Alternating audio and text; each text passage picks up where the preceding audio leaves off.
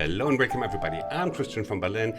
With this easy introduction to jazz piano, my aim was, of course, that you understand the basics, but also that in the end, without a lot of skills, you have a bit of jazz piano that actually sounds good and not amateurish. I hope I succeed. I'm entering new territory with this beginner's jazz lesson, suddenly competing with all these huge, big established jazz channels. So if this should have a chance, I need your support, I need your thumbs up, that is not drowning in the ocean of YouTube. If you watched my How to Fake Jazz Piano, yes, you will know a couple of aspects, but watch it anyway, there's plenty of new stuff for you too. Enjoy! Compared to my blues tutorials, this one comes with a lot of score illustrations already on top, which I found necessary to illustrate the mechanisms. Yet I've made my living from selling sheet music, so please go and buy my sheet music for this and make your learning also a little bit easier. Now this lesson I divided into 3 parts. We will first deal with the chords, how a jazz musician is playing the chord progression. Then we will do the scales and what to do with it. And in the 3rd part, we'll do the real important stuff that is so special for jazz, like lead notes and enclosures. Let's start with the chords.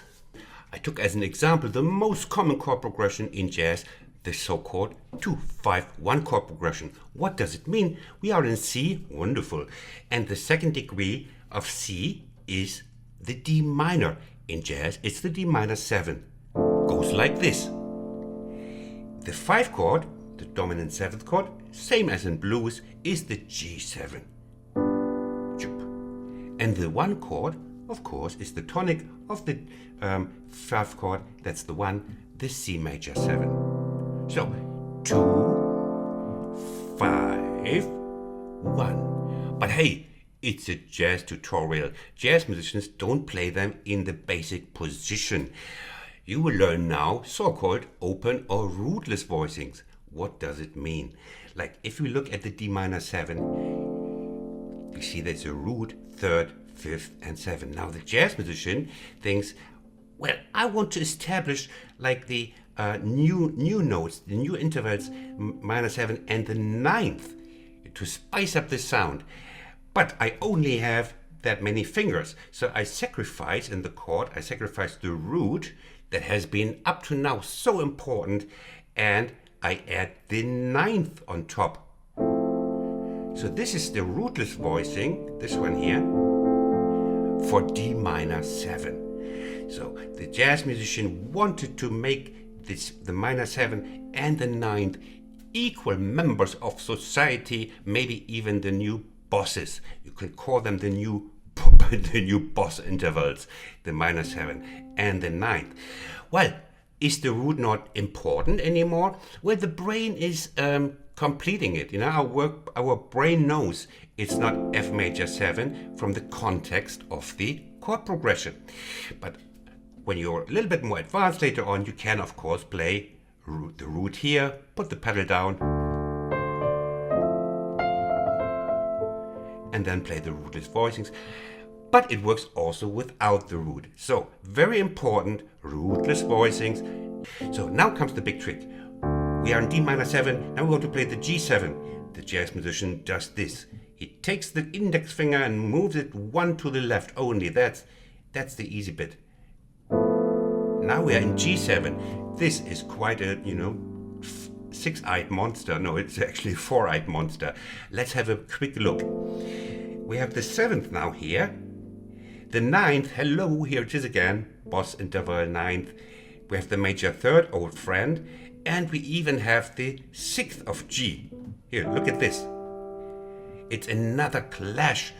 And, they wanted to stick out to, get friction into the chords. Not like satisfying like country music, but create a new sound. And the 6th in jazz is in voicings called also the 13th. Sometimes 6th, sometimes 13th. Why 13? Well, the 6th, if we go 1 octave up, 6, 7, 8, 9, 10, 11, 12, 13. So It's just another name for the sixth, basically. That's how they did it. I'm not responsible for that. Don't sue me for this. So we have the D minor 7 again. Boop. It looks like rocket science, but we only have to move one finger to go to the G7 and play it like this. Wonderful, complex, yet terribly appealing. And now we want to do the one chord, the C major 7. And remember, it was this one. We leave out the root and we move up to play the 9th with the thumb. Ooh, mellow, wonderful sound. So again, 3, 5, 7, 9 voicing. Ba-bum, ba-bum, ba-bum. Now let's go to these terribly scales. You heard so much about the scales and how they make life so hard. Where is everything coming from? It's a European import, the C major scale, the 7-note scale, before we had the 6-note, the blues scale. Now we have all these notes. And we are playing the 2nd degree, D minor 7. That means we are still in the key of C, so of course we can play all notes of C starting from D. Now look, that's all, and it has a name, and it was given to the scale by the ancient Greeks because they found this scale first, so then they have the name rights, and they called it after ancient Greek provinces or tribes, the Dorian scale. Yes, that's where it's got this highbrow name from. So it's basically all notes of C just starting from D going up to D. That's basically all. It's derived from C. Now we need the scale for the 5 chord. Same thing. We start from G to G. Bum. We have the Mixolydian scale, and that means we can improvise with these scales over C. Now jazz is getting a little more complicated later on. Because jazz standards go through different keys. And then it's getting a bit tricky because it might go from 2-5 in C to the 2-5 in B flat. Yeah. And then is where the work starts. But today we're staying in C. It makes everything easy to understand, and I hope you can follow me. Okay, now we know the scales, but listen to this. Is jazz scales? Is that the essence? Proof. I played even the rootless voicing of D minor 7 like this. Now look, I play Dorian scale. Wow, I know all this name. I'm a genius. Look. I'm a jazz player. Finally. No. It's not the scales that you play that make jazz, but it's what you play of the scale that makes jazz. Let's start with the C major, just as a better example.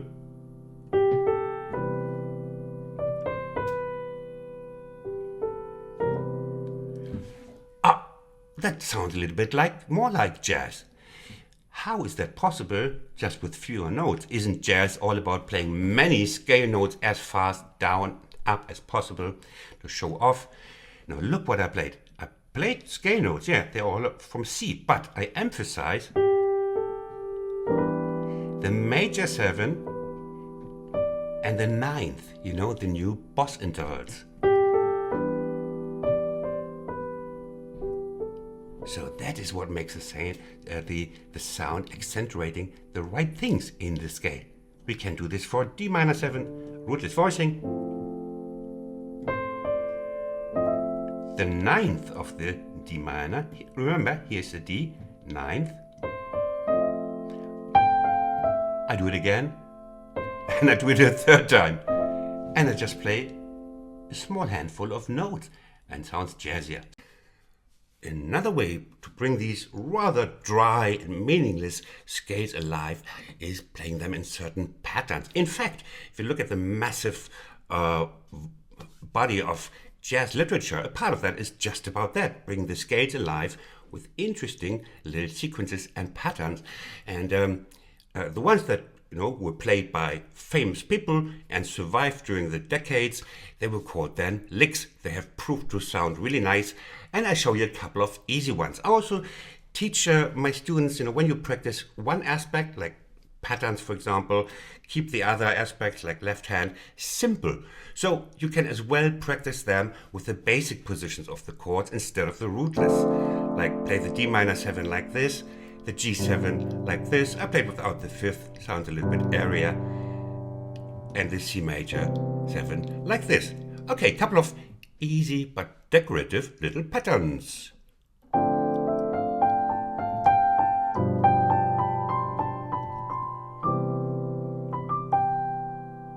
So you see, it's just patterns walking up parallel.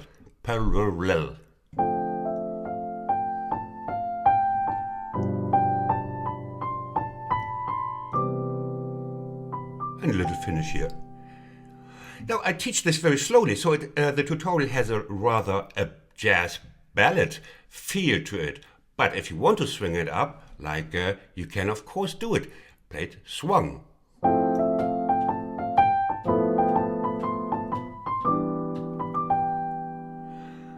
Okay, and next pattern would be a 3-note pattern, like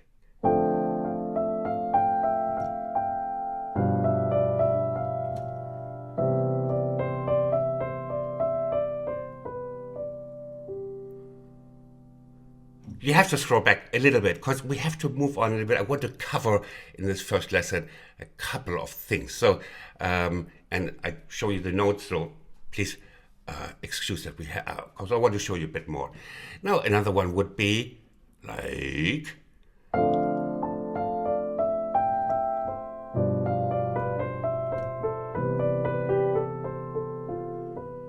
And they're quite easy to learn, these patterns, quite simple.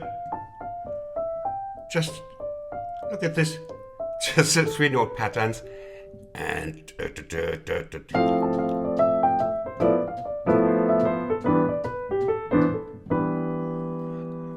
swung up. We are not dealing with hard bebop phrasing in this tutorial. Oh, here's a nice one I prepared. Now, let's start with the D, going to the 5, the A, starting like this.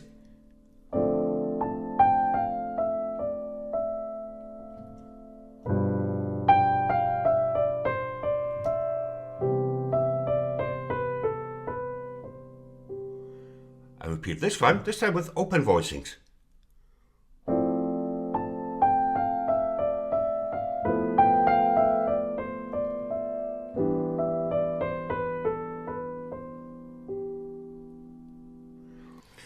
Next chapter, very important for the jazz sound, so-called guide notes. They have different names. Sometimes they are called chromatic approach notes or lead notes. Why are they important? Well, jazz was looking for new sounds here and there, and in classical music they found the all-important voice leading that sounds really smooth. And I'll show you what I mean.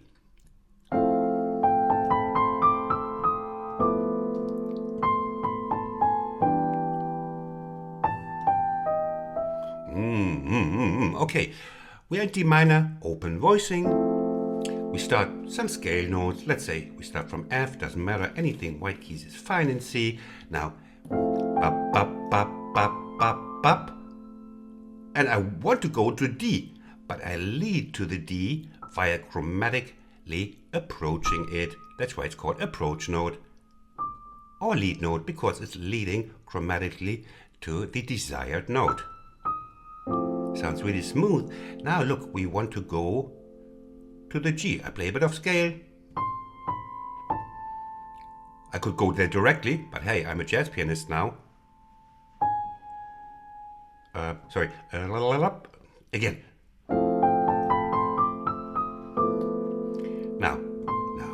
Now. Here we go. Chromatically approaching.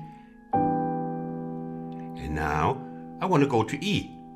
But why take the easy way if we can make it complicated? After all, we are jazz musicians now. And I now approach it from the left-hand side, the E flat. So you can approach from the left or from the right.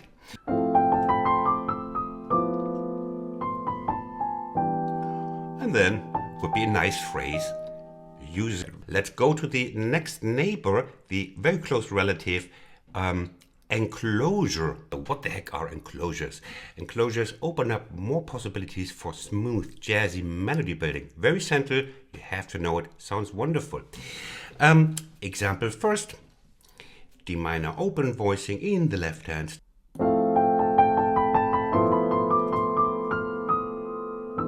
Ooh, what was that?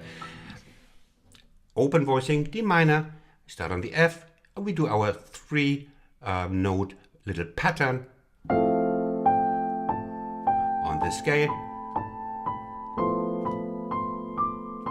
And now, target note is the E. Now, you remember the voice, the lead note would be just lead, this.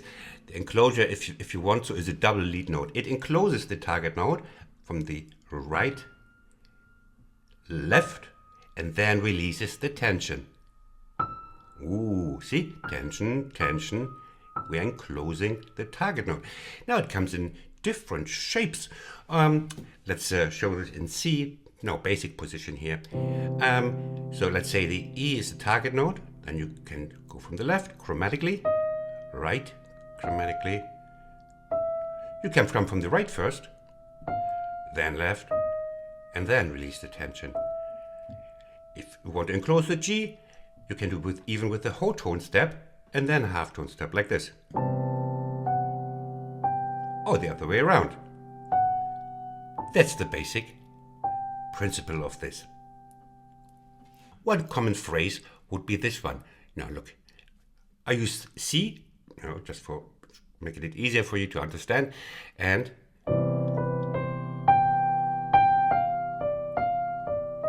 see, there are all kinds of variations of this enclosure theme, even extended enclosures. Like here we enclose the C. Now, next target note is the E. Look how we keep up the tension. And now we fall into it. You see? There are extensions of the enclosure, plenty of variations.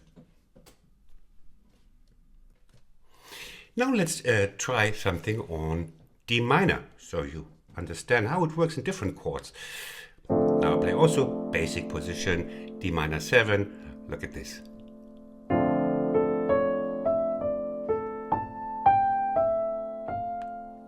We have two enclosures here. Play chord notes of D. Now we enclose the D. Bop, bop, D. Hit it. Now we're coming here. Want to go to F? Hey, not so soon. And closing the F.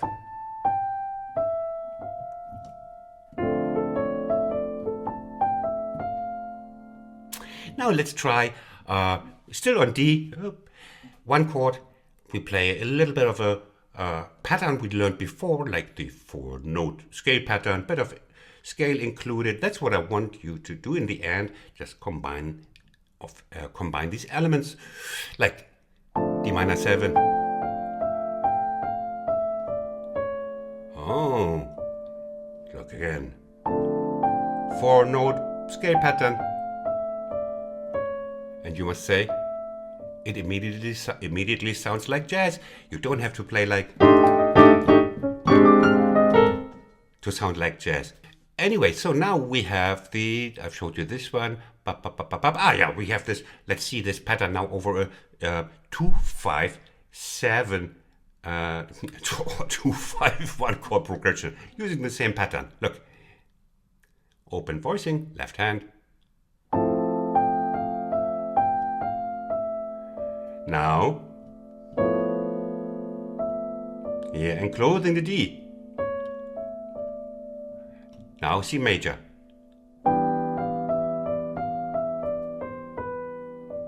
Sweet little line using one pattern. And closing the D. Here's G7. Now we use the motive, the same pattern, to give it musical continuity. Now we are enclosing this C. And you have a wonderful jazz phrase.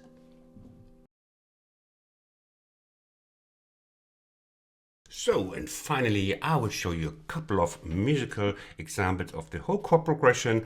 I will insert an A7. Why did I do that? Because if you play it as a loop, 2, 5, 1, and then insert a brief A7, play it like this, it leads wonderfully to the next D minor, so it's really lifting up the listening experience. I will play a root voicing pattern, so you hear what it sounds like. If you add a bass, a little bit more body, so you might want to start just playing the rootless voicings, but as you progress, you might want to add a root note also. Let's go.